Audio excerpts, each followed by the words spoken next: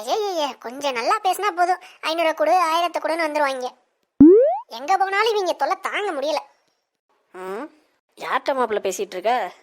மச்சான், என்ன மாப்பிள்ள, என்ன பிரச்சனை? தனியா பேசிட்டே வந்துட்டு இருக்க? அதை மச்சான் கேட்குற. இன்னைக்கு ஸ்கூல் ஃபீஸ் கட்டுறதுக்கு கடைசி டேட்டு. இந்த குமார் பையன் இன்னும் ஃபீஸ் கட்டலை போல. என் கையில் 1000 ரூபாய் இருக்குன்றதை எப்படியோ பார்த்துட்டான் போல. அதான் நேராக வந்து என்கிட்ட ஃபீஸுக்கு அமௌண்ட்டை கேட்டுக்கிட்டு இருந்தான். நானே கஷ்டப்பட்டு எங்கள் அப்பாட்ட உசார் பண்ணி வச்சிருக்கேன். இவன் என்கிட்ட உசார் பண்ண பார்க்கணும். டேய், ஏன் மாப்பிள்ள, கொடுத்தா என்ன? ஃபீஸ் கட்டுறதுக்கு தானே கேட்குறான், பாவம்டா. நீ வேற மச்சான், இவன்கிட்டலாம் கொடுத்தோம்னா காசு திரும்ப வராது. தப்பு மாப்பிள்ள, இது ரொம்ப தப்பு. இதே நிலைமை நாளைக்கு உனக்கு கூட ஏற்படலாம்.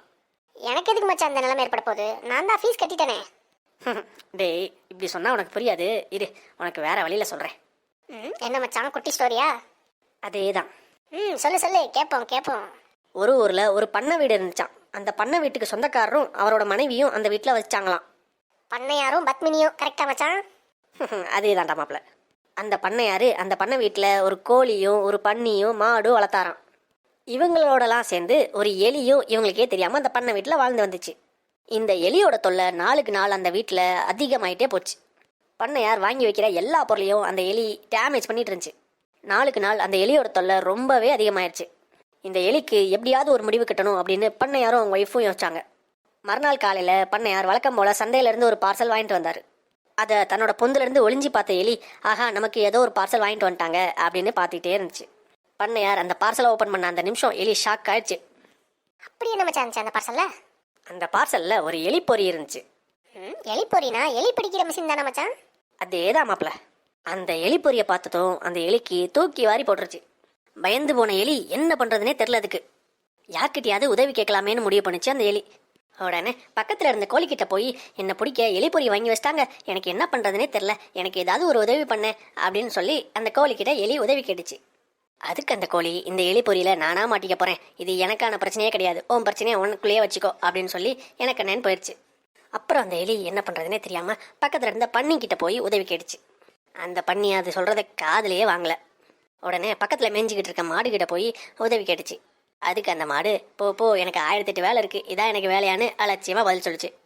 என்னடா யாருமே நமக்கு உதவி பண்ண மாட்டாங்கன்னு அந்த எலி ரொம்பவே வருத்தமாயிடுச்சு. சரி, வேறு வழி இல்லை, நம்ம உயிரை நம்ம தான் காப்பாற்றிக்கணும்னு அந்த எலி முடிவு பண்ணுச்சு. அன்னையிலேருந்து அந்த எலி ரொம்பவே ஜாக்கிரதையாகவே அந்த வீட்டுக்குள்ளே நடமாடுச்சு. அப்போது ஒரு நாள் நைட்டு டப்புன்னு சத்தத்தோட அந்த எலி பொறி மூடிச்சு. நல்லா தூங்கிட்டு இருந்த பண்ணக்காரோட ஒய்ஃபு சத்தம் கேட்டதும் உடனே விழிச்சிட்டாங்க. அந்த இருட்டில் அரை தூக்கத்தில் எந்திரிச்ச பண்ணக்காரோட ஒய்ஃபு மாட்டின எலி பொறியில் எலி இருக்கான்னு செக் பண்ண போனாங்க. சத்தம் கேட்டு எந்திரிச்ச எலி பண்ணக்காரமா போகிறதையும் அதோட பொந்தில் உட்காந்தே பார்த்துட்டு இருந்துச்சு. என்ன மச்சான் சொல்கிற? அப்போ மாட்டினது எலி இல்லையா? இல்லை மாப்பிள்ள, அந்த எலி பொறியில் மாட்டினது அதிக நச்சுத்தன்மை கொண்ட ஒரு பாம்பு. பாம்பு தான் எலி பொறியில் இருக்குன்றதை தெரியாமல் பண்ணக்காரமா கை விட்டாங்க. உடனே அந்த பாம்பு சட்டுன்னு ஒரு கொத்து கொத்தி பண்ணக்காரமா மயங்கி விழுந்துட்டாங்க. பண்ணக்காரம்மா சத்தம் கேட்டு பண்ணக்காரரும் எந்திரிச்சிட்டாப்ல. பண்ணக்காரம்மாவை பாம்பு கடிச்சது தெரிஞ்சதும் பண்ணக்காரருக்கு என்ன பண்ணுறதுனே தெரில.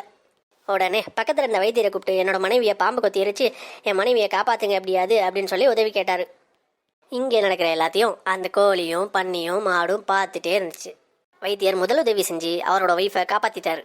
ஆனால் பாம்போட வீரியம் அதிகமாக இருந்ததால் அந்த பண்ணக்காரம்மா படுத்த படுக்கையே ஆயிட்டாங்க. மறுநாள் வைத்தியர் வந்து பார்த்து, இவங்களோட உடல்நிலை ரொம்ப மோசமாக இருக்குது, இவங்களுக்கு எதிர்ப்பு சக்தி ரொம்ப கம்மியாக இருக்குது அப்படின்னு சொன்னார். இவங்களோட எதிர்ப்பு சக்தியை கூட்டியே ஆகணும், ஸோ ஒரு கோழியை அடித்து அவங்களுக்கு சூப்பு வச்சு கொடுங்க அப்படின்னு சொல்லிட்டாரு. பண்ணக்காரரு அன்னைக்கு நைட்டே அவர் பண்ணையில் இருந்த கோழியை அடித்து சூப்பு வச்சு கொடுத்துட்டாரு. இருந்தாலும் அந்த பண்ணக்காரம்மாவுக்கு உடல்நிலை தேரவே இல்லை. பண்ணக்காரம்மாவோட உடல்நிலை ரொம்ப மோசமாக இருக்கிறது தெரிஞ்சு அவங்களோட உற்றார் உறவினர் எல்லாருமே வந்து விசாரிக்க வந்துக்கிட்டே இருந்தாங்க. வந்தவங்களுக்கெல்லாம் சாப்பிட கொடுக்க எதுவுமே இல்லைன்னு நினச்ச பண்ணையார் பண்ணையில் இருந்த பன்னியை அடித்து கசாப்பு போட்டார். பண்ணையாரம்மாவோட உடல்நிலை இப்படியே போயிட்டு இருந்துச்சு படுக்கையிலேயே. திடீர்னு ஒரு நாள் பண்ணையாரம்மா இறந்தே போயிட்டாங்க. பண்ணையாரம்மாவுக்கு ஈமச்சடங்கு செய்கிறதுக்காக அவங்களோட உற்றார் உறவினர் எல்லாருமே வந்தாங்க. வந்தவங்களுக்கெல்லாம் சாப்பாடு போட காசு இல்லையே நினச்ச பண்ணையார் பண்ணை வீட்டில் இருந்த மாட்டை அடித்து எல்லாருக்கும் வயிறாறு சாப்பாடு போட்டார். கடைசியில் பொந்தில் மட்டுமே வாழ்ந்து வந்த அந்த எலி அந்த பண்ணை வீட்டில் யாருமே இல்லைன்னு முடிவு பண்ணதும் அந்த பண்ணை வீடு முழுக்க தான் வீடு நினச்சி சுதந்திரமாக வாழ ஆரம்பிச்சிருச்சு. இதுலேருந்து என்ன தெரியுதுன்னு சொல்லு? அந்த பண்ணை வீடு முழுக்க அந்த எலி ஜாலியாக இருக்க போதுன்னு தெரியுது. டேய், அது இல்லை மாப்பிள்ள. நம்ம கூட இருக்கிறவங்களுக்கோ நம்ம சுற்றி இருக்கிறவங்களுக்கோ ஏதோ ஒரு ஆபத்து, ஏதோ ஒரு பிரச்சனை வருது அந்த நிமிஷம், அதை பார்த்து அந்த பிரச்சனை நமக்கான பிரச்சனையே இல்லை, அதில் நம்ம எதுக்கு தலையிடணும் அப்படின்னு அசால்ட்டாக இருக்கக்கூடாது. ஏன்னா அந்த பிரச்சனை என்னைக்கு வேணாலும் சுற்றி நமக்கே வரலாம். இப்போ புரியுது மச்சான். இரு, நான் போய் குமாருக்கு ஃபீஸ் கட்டிட்டு வந்துடுறேன். சரிடா. ரொம்ப தேங்க்ஸ் மச்சான். சரி மச்சான், நான் உடனே போய் அவனுக்கு ஃபீஸ் கட்டணும். நான் இப்போ கிளம்புறேன். ஃப்ரெண்ட்ஸ், இந்த ஸ்டோரி மூலியமா உங்களுக்கு சொல்ல வர கருத்து ஒன்றே ஒன்று தான்.